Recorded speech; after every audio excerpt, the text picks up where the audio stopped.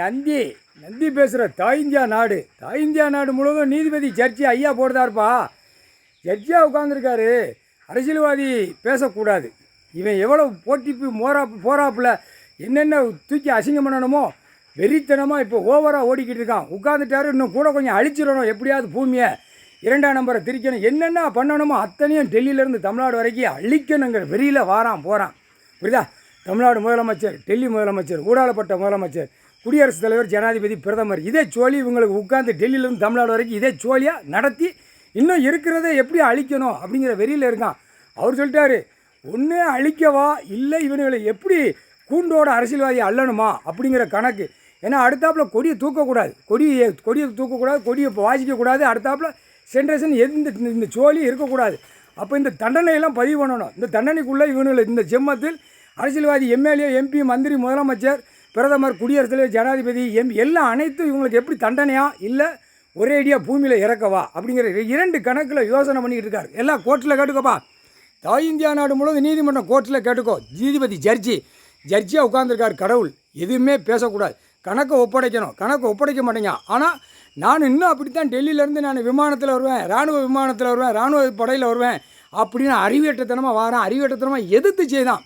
ஆனால் இராணுவம் அவன் கையில் கிடையாது, முப்படை வானரப்படை அவன் கையில் கிடையாது, கடவுள் கையில் இருக்குது. முக்கால் சத்தியம், படைக்கிறது நான் தான். பூமியில் எல்லாம் உலக நாடு, பூமி தோற்றங்கள் பூரா என்ன தான். இவன் செய்கிற கூத்து. இவன் இதுக்கு முன்னாடி காங்கிரஸ் சின்னத்துக்காரன், கை சின்னத்துக்காரன், கை வந்து அவர் ஆசீர்வாதம் உலக நாடு கொடுத்தாரு. அந்த உலக நாடு ஆசீர்வாதத்தை இவன் கையை பிடிச்சி கொடியை தூக்கி அசிங்கம் பண்ணிட்டான். 1.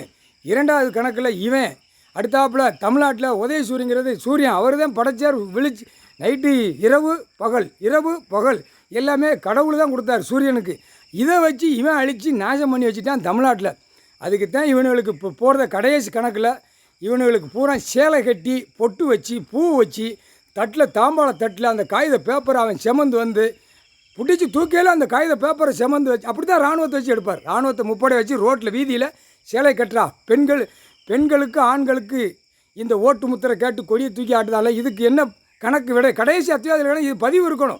எல்லா நீதிமன்றத்திலையும் பதிஞ்சு வச்சுருவாங்க, எல்லாம் காணொலியில் விடுவாங்க அந்தந்த டைமில். அடுத்த சென்ட்ரேஷனில் எவனும் செய்ய மாட்டான். பூ வச்சு பொட்டு வச்சு இப்போ முடி வந்து இப்படி காணந்தான் வச்சுட்டு வரான். ஆம்பளை பொம்பளை முடி வச்சு வரா. அவளுக்கு வேட்டியை கட்டிட வேண்டியது. பெண்களுக்கு வேட்டியை கட்டி மீசை கிடையாது, அப்படியே பூரா கரும்புள்ளி செம்பு குள்ளி குத்தி அவளை கொண்டு வரணும் பெண்ணு. ஆண் இவன் முதலமைச்சர், கீழே மந்திரி எல்லாம் இல்லை இவனுக்கு பூரா இப்போ சேலை கட்டு போடுவார். சேலையை கட்டி அந்த காகித பேப்பரை தாம்பாளத்தட்டில் வச்சு பழங்கள் பூவு எல்லாம் வச்சு செமந்து வரணும். அமைச்சர்கள் பூராமே போட்டார் கணக்கு. இதான் கடைசி உங்களுக்கு கணக்குடா. இல்லை இதாண்டா உங்களுக்கு கடைசி. பூ வச்சு பொட்டு வச்சு சேலை கட்டி வரணும். ஆண் பெண்ணு மாற்றி போடுதார். மாற்றி போடலாம். அது கரெக்டாக போடுவார். ஏன்னா சினிமா படத்தில் நடிக்கான்ல, திரையுலோகத்தில் நடித்து அறகுறையாக நடிக்க அந்த மாதிரி விட்டுருவார். பெண்ணுக்கு ஆணுக்கும் முக்கால் சத்தியம்.